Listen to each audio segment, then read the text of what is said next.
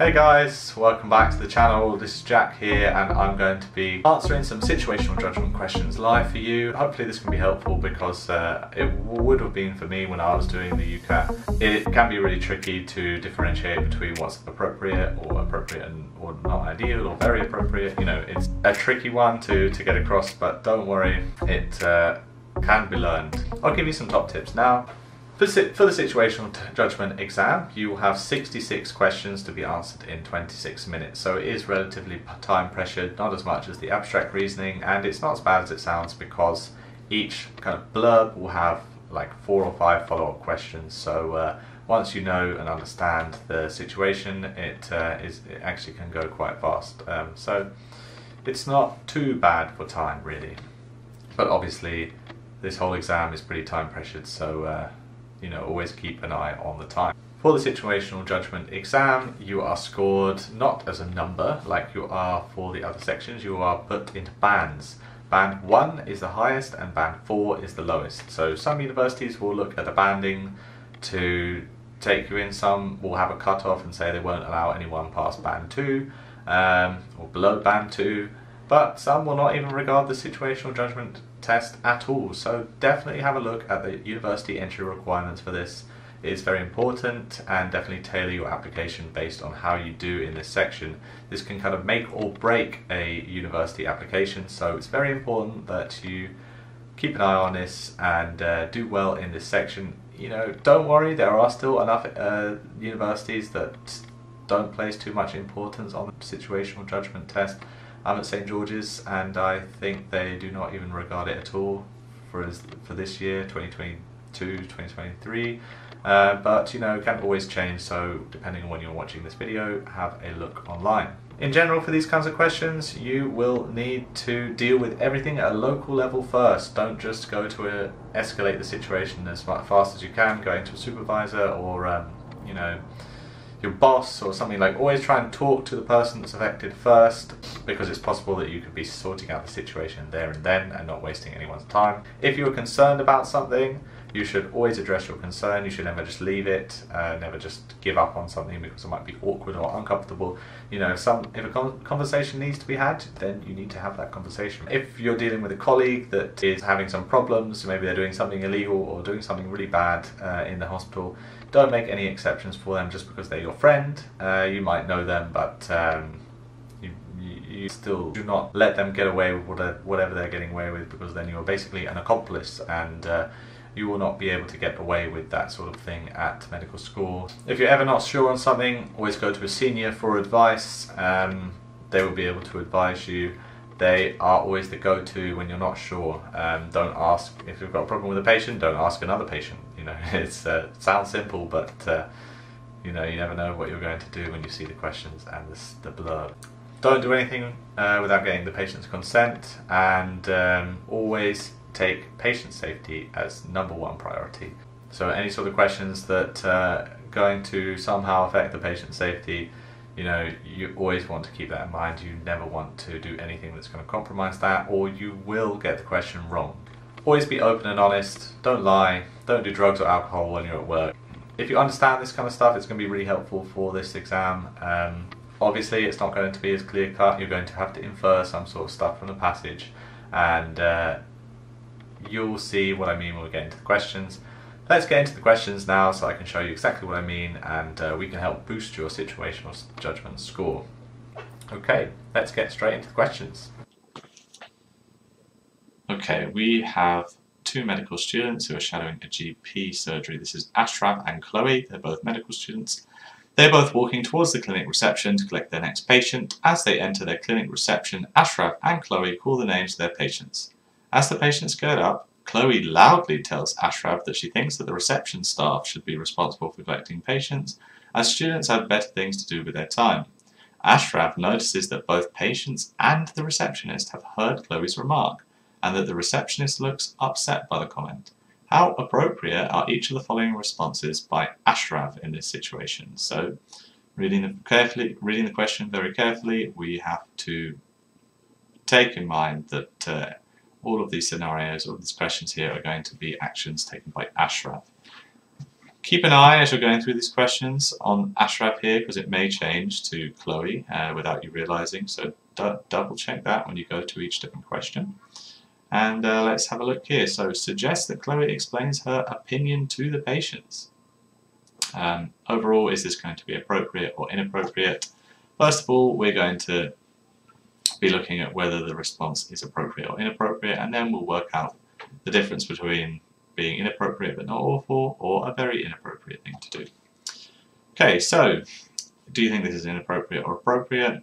I would say this is very inappropriate, because if she has a concern about how the GP practice is run, it should be something that she goes to her supervisor about, or their supervisor, you know, the manager.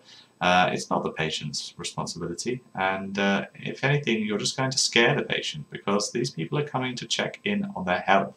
If they're being told about frustrations people have about how the place is run, you know, it's going to really make them lose faith in the place that they're going to, and they should have a lot of confidence in the GP practice, because that's obviously the first line of being treated and being seen in primary care, and to keep them feeling okay, keep them feeling confident, keep them feeling like they're being well looked after, and this is just going to compromise on that. So I would say this is a very inappropriate thing to do.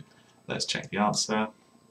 Yeah, should not be discussing her views on the patient, and she is likely to make things worse. Yeah. Let's go to the next question. Should Ashraf apologise to the patients for Chloe's comment? Okay. Now, apologising about a comment is generally a good thing to do if you're recognising that something is wrong. We've already decided that was wrong, so here we're going to say, okay, well, apologising would be a good thing. But is it the ideal scenario, or is it just something that could be good, but it's not the best thing here? Overall here, I would say that this is appropriate, but not ideal. That's because, you know, if someone's been upset by someone, they would want the apology to come from that person that's upset them, not someone else to step in and be like, oh, I'm really sorry, unless, you know, unless there was a really good reason for that.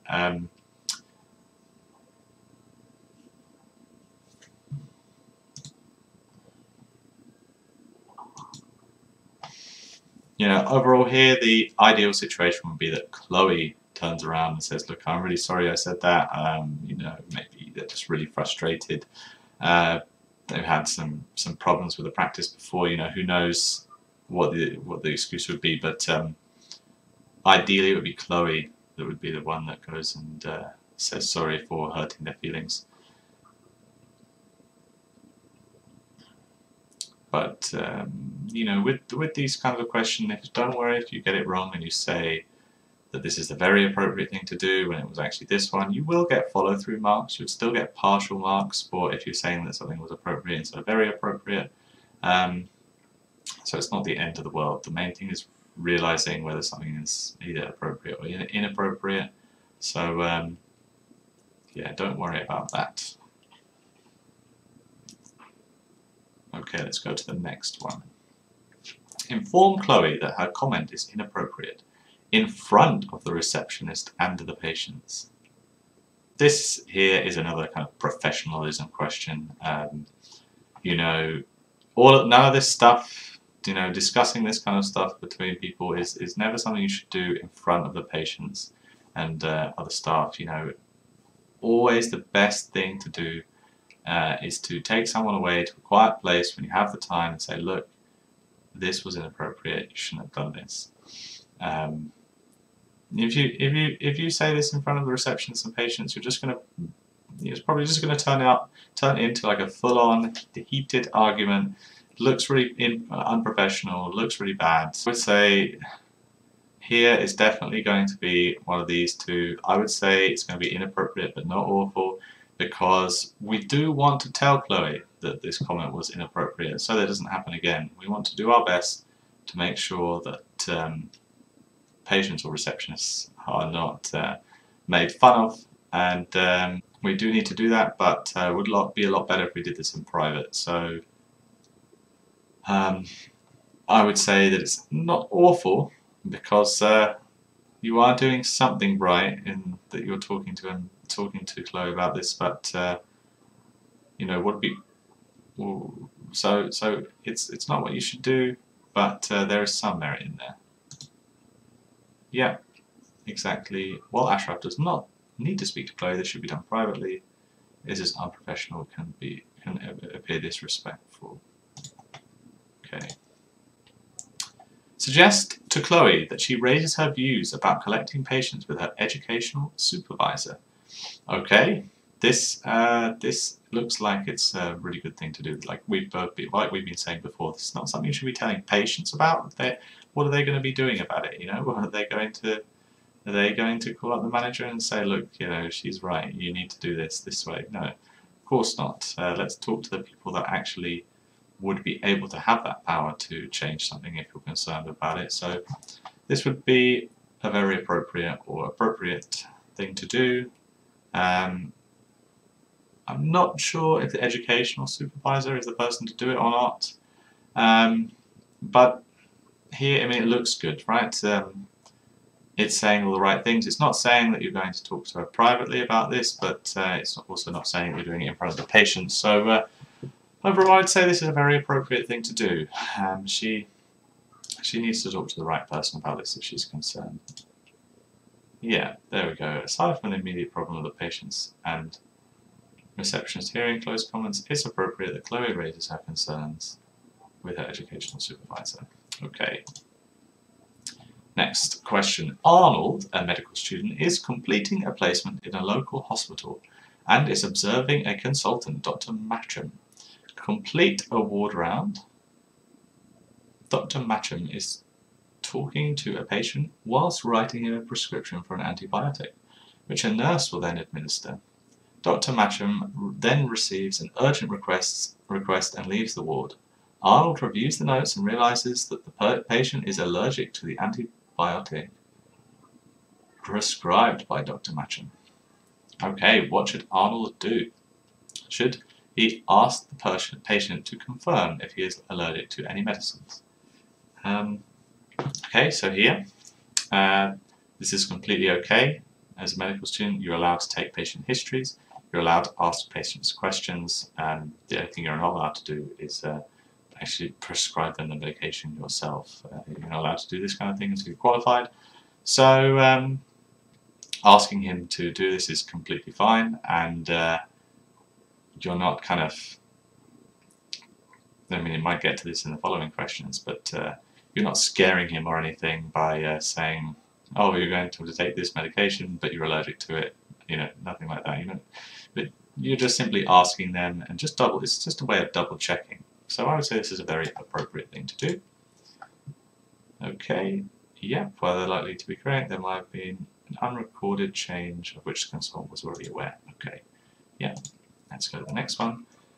Inform another doctor on the ward about his concerns regarding Dr. Matcham's prescription. I would say, well, this is a situation where we are quite concerned. You know, we don't want the patient to have to be taking a medication that he's allergic to. Is going to get into even more trouble. So this, I think, would be appropriate or very appropriate, one of the two, just as a way of double checking, just like the first question was doing. I'm not sure which one it will be. If Dr. Matcham's gone away and we don't know when he's going to get back, I would say it's fine to double check with another doctor. Yeah, it's appropriate to discuss your concerns with another doctor. You know, I mean, when are you ever going to get two doctors kind of in the same place? Probably never, right? Probably realistically you'd have to wait for Dr. Matcham to come back. But if another doctor's around, very appropriate thing to do, I'd say. Just always fine to double check, always fine to ask questions if you're concerned. Okay, oh, next one already. Medical student Gemma is observing a patient consultation conducted by Dr. Mitchell. Dr. Mitchell is updating the patient's medical records on the computer. He asks the patient whether he is allergic to penicillin, to which the patient replies yes. However, Gemma notices that Dr. Mitchell types no as the response to the question on a computer record. How appropriate are each of the following responses by Gemma in this situation? Should we ask the patient to repeat his answer to the question? Okay, so right here, you don't want to be contradicting the doctor by just asking the patient to repeat himself. I think ideally in this situation you would want to talk privately to the doctor and ask why they type no when they ask the question. So I'd say, I mean, you're trying, right? You're trying right here to do better in this situation. You're making an effort to kind of solidify why the doctor has said no instead of yes, but you're doing it in a very indirect way that is... Okay, next question already. Medical student Gemma is observing a patient consultation conducted by Dr. Mitchell. Dr. Mitchell is updating the patient's medical records on the computer. He asks the patient whether he's allergic to penicillin, to which the patient replies yes. However, Gemma notices that Dr. Mitchell types no as the response on this question on computer record. How appropriate are each of the following responses by Gemma in this situation? Okay, ask the patient to repeat his answer to the question. Okay, I mean, this is a tricky one really, because on one hand you don't want to be contradicting the doctor in front of the patient. Ideally you'd want to talk to the doctor privately and say, look, why did you type no? I saw you typing no. When they said yes to this question, why did you type no? You know, I'm just a bit concerned. Something like that. That would probably be the best thing to do. But maybe the patient's got a bit of an accent.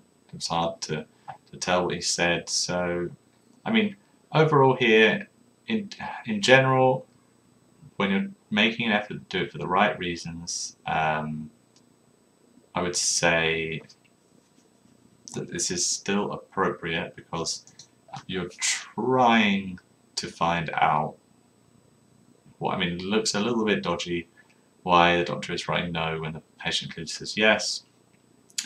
You're making an effort to double check why the doctor is writing no.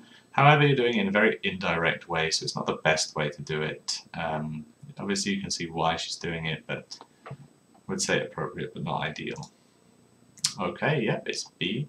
This is a reasonable course of action and may serve to clarify the patient's response. However, it may affect the patient-doctor relationship, and so wanting to discuss it with Dr. Mitchell afterwards is preferable. Okay. Inform the patient privately about the error after the consultation has finished. Oh no, this is a very inappropriate thing to do. If you're just going to scare the patient, and the patient is just going to think that the doctor is out to get him or something, maybe they're trying to trick you out on this one by saying inform the patient privately when you're thinking, oh, you misread it, you think you're saying inform the doctor privately, but no. Very inappropriate thing to do. You would not tell the patient this. Let's see. Yeah, inappropriate. Without seeking further clarification of Dr. Mitchell, Gemma is not making an informed judgment, and this may be determined to the doctor detrimental to the doctor-patient relationship. Yeah, you're not going to be happy with your doctor if you think that he's making you take a medication that you're allergic to. Okay. Next one. A dental student, Rio, is leading a group of fellow students in a project they have been assigned to work on together. Jerome approaches Rio with a complaint about one of the other students in the group, Elizabeth. Jerome insists that Elizabeth is not dedicating enough time and effort to the group project. Jerome explains that Elizabeth leaves meetings early and her notes are not very comprehensive when she is asked to research topics. He asks if Rio can do something about this, as he is the leader of the group.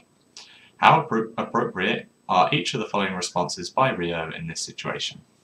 Okay, so someone is not doing enough work in the group project. We've all been in this situation before. Report Elizabeth's lack of dedication to the academic tutor. So we do not want to snitch on Elizabeth straight away. If she's not doing the work and she doesn't have a good reason and she's you know, just lazy. This is probably the course of action that we will end up taking, but in all of these situational judgment questions, we do need to deal with things at a local level first.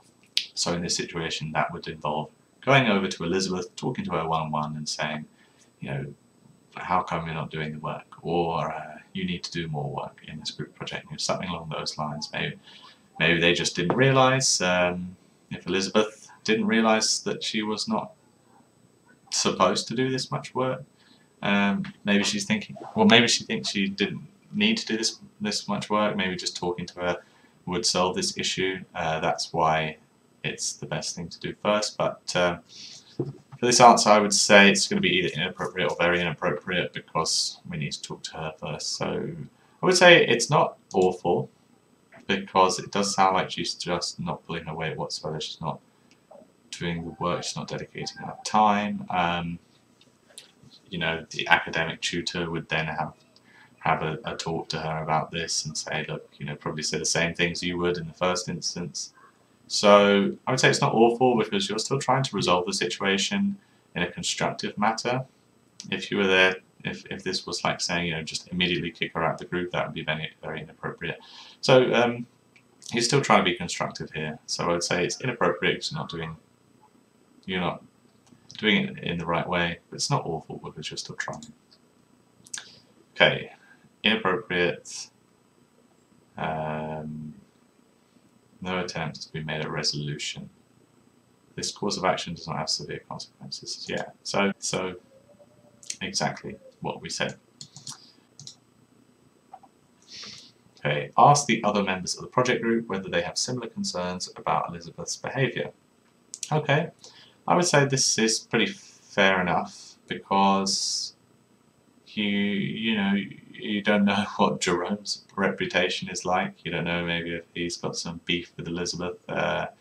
It's good to always get the most information possible before you make a decision, and it doesn't take too much just to ask someone else if they think that they agree with Jerome, or if Elizabeth is also affecting their work too. It will give you a good scope to realise like what exactly Elizabeth is doing right or doing wrong. So I would say that this is completely fine. There's no kind of adverse effects to doing this either. It's purely for your own benefit to get more information. Yep, part of working as a team is the ability to share concerns. Yeah. Okay. Alright, another question here. A dentist is undertaking a routine checkup on a 10-year-old boy.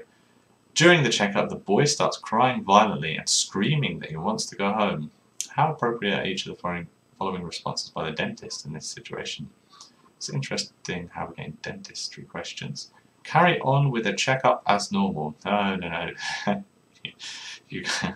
Maybe some dentists do this. I don't know if it's happened to you when you were 10, but I would say this is a very inappropriate thing to do. You can't just completely ignore the fact that they're crying and, you know, they might be in some serious pain. You might have done something wrong and caused some pain. You know, you have to do something differently. You can't do the checkup as normal. You have to change your approach in some sort of way. Yeah, the dentist should always act in the patient's best interest. Okay, so being a dentist, being a doctor, I think is just the same thing for the situational judgment questions. You still have to react the same. Try not to get thrown off by the fact that it's a dentist. Carrying on with the examination when the patient is clearly upset is poor practice. Yeah, it's going to be a traumatic one. Yeah, sounds like a traumatic one. Okay, next one. Suggest the mother book an appointment at a later date. Yeah, I mean, this one is hard because you think, well, you don't even know what the problem is. You know, is this something where you can continue? What is the problem here? You know, like does the boy just need like a couple of minutes to calm down? Probably is very scared of what's going on. So I would say it's inappropriate but not awful. I mean, you can't just send someone out the second they're upset or start crying and say, okay, you know, I don't want you in my chair today, come back another day. That's kind of the impression that it gives. But it's not awful because, you know, you're trying to give them another possible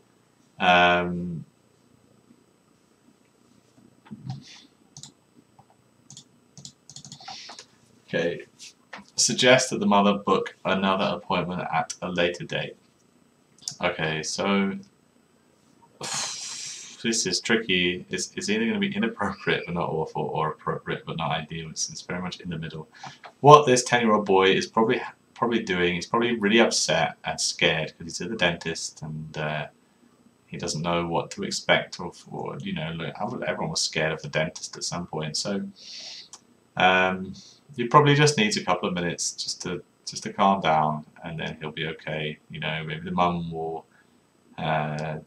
say something to him to persuade him to sit quietly. Who knows? So I'd say that booking another appointment at a later date is not the best thing to do here, but we're not told that much information. We don't know what the reason is, so I would say it's appropriate but not ideal, because, you know, if you can't continue, this is what you would do.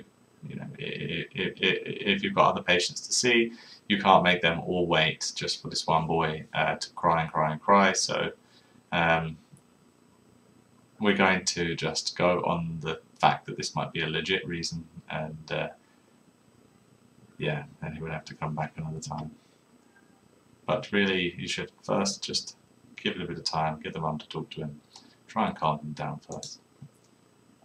Okay, although booking an appointment at a later date is likely to be very appropriate, and the likely subsequent effects of treatment outcome, there also should be a preceding definite attempt to calm the boy. For this reason, suggesting that the appointment is rescheduled in isolation is the only appropriate thing to do. Okay, yeah, so exactly what we said.